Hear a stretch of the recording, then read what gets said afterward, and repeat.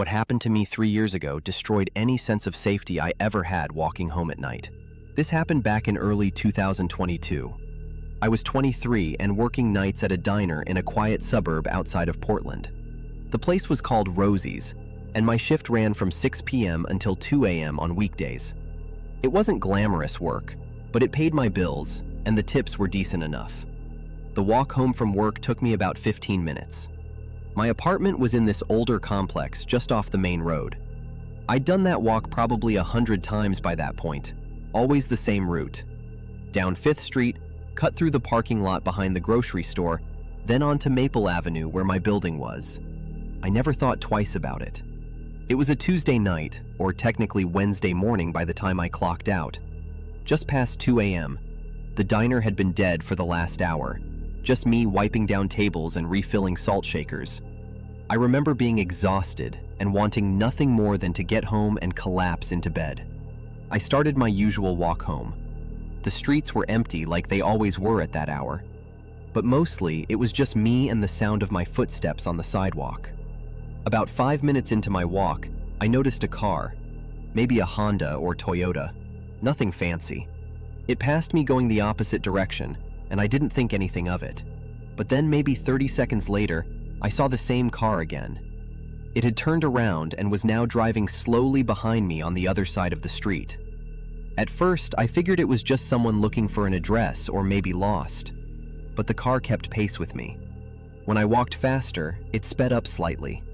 When I slowed down, it slowed down too. That's when I started feeling uneasy. I pulled out my phone and pretended to make a call, thinking maybe that would discourage whoever it was. The car didn't leave.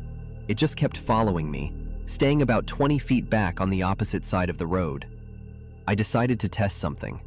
Instead of turning into the grocery store parking lot like I normally would, I kept walking straight on 5th Street. The car followed. My heart was starting to pound now. I walked another block, then turned left onto a random street I'd never taken before. The car turned too. Okay, so this wasn't a coincidence.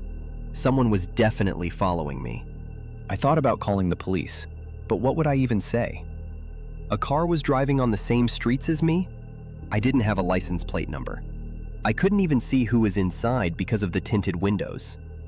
I felt stupid and paranoid, but I also couldn't shake the feeling that something was very wrong. I kept walking, taking random turns, trying to lose the car, but it stayed with me the entire time. At one point, I stopped completely and turned to look directly at the vehicle. It stopped too. We just sat there for a moment, me on the sidewalk and this car idling in the middle of the street about 15 feet away. Then the driver's side window started rolling down. I didn't wait to see who was inside. I just started running. I heard the car's engine rev up behind me, and I knew they were following. I cut through someone's front yard, jumped a low fence, and ran through a narrow walkway between two houses. The car couldn't follow me there, but I could hear it circling around to the next street. I came out onto another road and looked both ways. No car. I thought maybe I'd lost them. I was breathing hard, my legs were shaking, and I was completely turned around. I had no idea where I was anymore. I pulled out my phone to use the GPS and figure out how to get home. That's when I saw the car again. It had been waiting at the end of the block with its lights off. The second I appeared, the headlights turned on and it started driving toward me. I ran again. This time I headed toward the main road where I knew there'd be more light and maybe some traffic. My lungs were burning and my uniform was soaked with sweat. I could hear the car behind me, but it couldn't go as fast because I was cutting through yards and jumping fences. I finally made it to the main road. There was a gas station about a block away with its lights on. I ran straight for it, not caring about anything except getting somewhere public. I burst through the gas station door, and the clerk looked up at me like I was insane. I must have looked terrible. I was gasping for air and probably looked like I'd been attacked or something. I told him someone was following me and asked if I could stay inside while I called the police. He nodded and locked the front door. I looked out the window and saw the dark sedan pull into the parking lot. It just sat there, waiting. The police arrived maybe 10 minutes later. By the time they got there, the car was gone. I gave them a description, but like I said, I hadn't gotten the license plate, and I couldn't even tell them what kind of car it was for sure. They took a report and offered to drive me home, which I accepted. Here's the part that still makes my skin crawl. When we pulled up to my apartment building, one of the officers asked me which unit was mine. I pointed to my window on the second floor. That's when I noticed something that made my blood run cold. My living room light was on. I always turned off all my lights before leaving for work. Always. I was obsessive about it because I didn't want to waste electricity. I mentioned this to the officers, and they took it seriously. They went up to check my apartment while I waited in the patrol car. They came back down after a few minutes and said everything looked fine. No signs of break-in, nothing disturbed. They said maybe I'd just forgotten to turn off the light, but I knew I hadn't. I went inside anyway, because where else was I going to go? The officers waited until I was inside and locked the door before they left. I checked every room, every closet, under the bed. Nothing. Everything was exactly how I'd left it except for that one light. I didn't sleep at all that night. I just sat on my couch with a knife from the kitchen, watching the door. The next morning, I checked my mailbox before work. Inside was a folded piece of paper that hadn't been there when I'd left for my shift the night before. I opened it up, and my hands started shaking. It was a receipt from Rosie's Diner, from my section, from my order pad. It was dated 2 weeks earlier. Someone had been in the diner. Someone had taken one of my receipts. Someone had known where I worked this entire time. Written across the bottom in blue pen were 4 words. I know your schedule. I quit my job that day. I broke my lease a week later and moved to a different part of town. I never found out who was following me that night or how they got into my apartment to turn on that light. The police said they'd investigate, but nothing ever came of it. This story takes place about 3 years ago. I was working as a nurse at a hospital in Texas, doing 12-hour shifts 3 or 4 times a week. Long hours, but decent pay. I drove a silver Honda Civic that I'd bought used about 6 months earlier from a dealership. The first time I noticed something was off was in late October. I'd finished a shift and walked out to my car in the hospital parking garage around 8 p.m. When I got in, something felt different. I couldn't put my finger on it at first. The seat position, maybe? The mirror angle? I adjusted everything and drove home, thinking I was just tired. But then it happened again a few days later. Same feeling, like someone had been sitting in my driver's seat. The headrest seemed slightly off. The steering wheel felt like it had been moved. I started paying closer attention. I'd make mental notes of exactly how I left everything. Seat position, mirror angles, the radio station, where I put my sunglasses. Small details. And things kept being different. Not major things, just tiny adjustments. My seat would be back a 1/4 inch. My rearview mirror tilted slightly up. The radio volume 1 notch lower than where I'd left it. I thought maybe I was going crazy. Maybe I just wasn't remembering correctly. 12-hour shifts will mess with your head. Then one morning, I got in my car to drive to work and smelled cologne. Men's cologne. I hadn't had anyone in my car in weeks. I lived alone, and I'd been too busy with work to have any kind of social life. That's when I started getting really scared. Someone was getting into my car. But how? There were no signs of break-in. The locks weren't damaged. The windows were fine.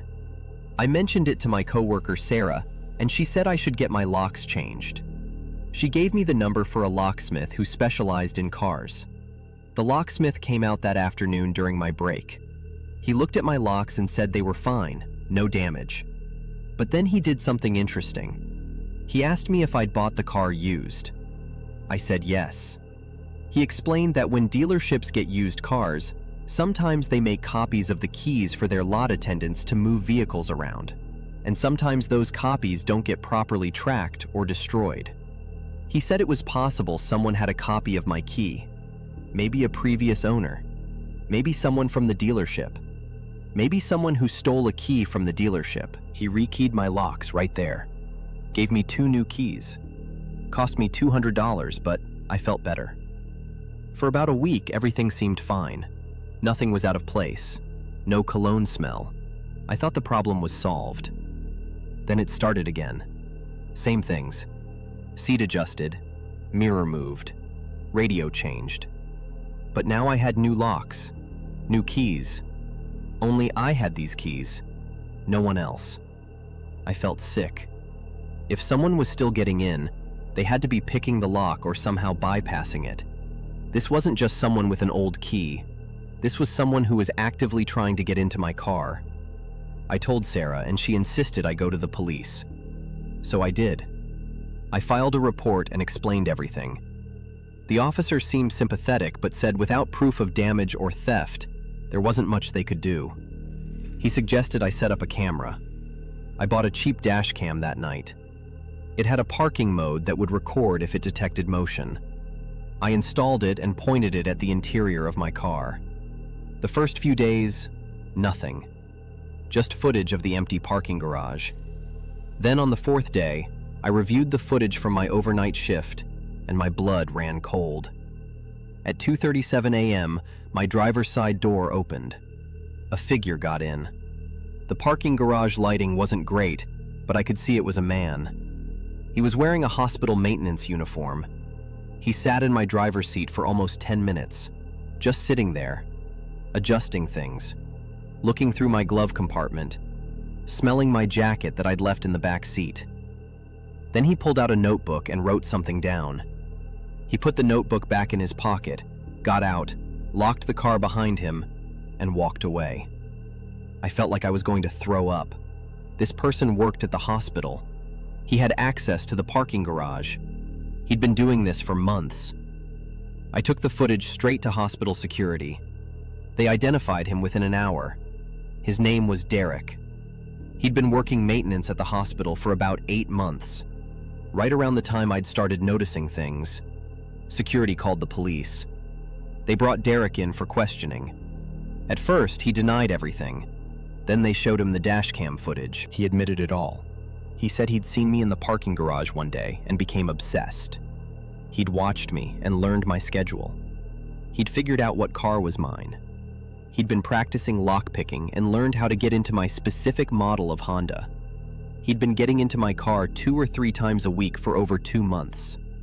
Just sitting in it, going through my things. He had a notebook where he'd written down details about me. What shifts I worked, what I kept in my car, what perfume I wore.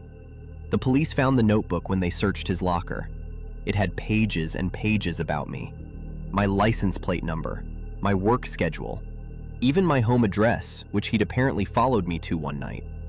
He was arrested and charged with stalking and unlawful entry. I got a restraining order.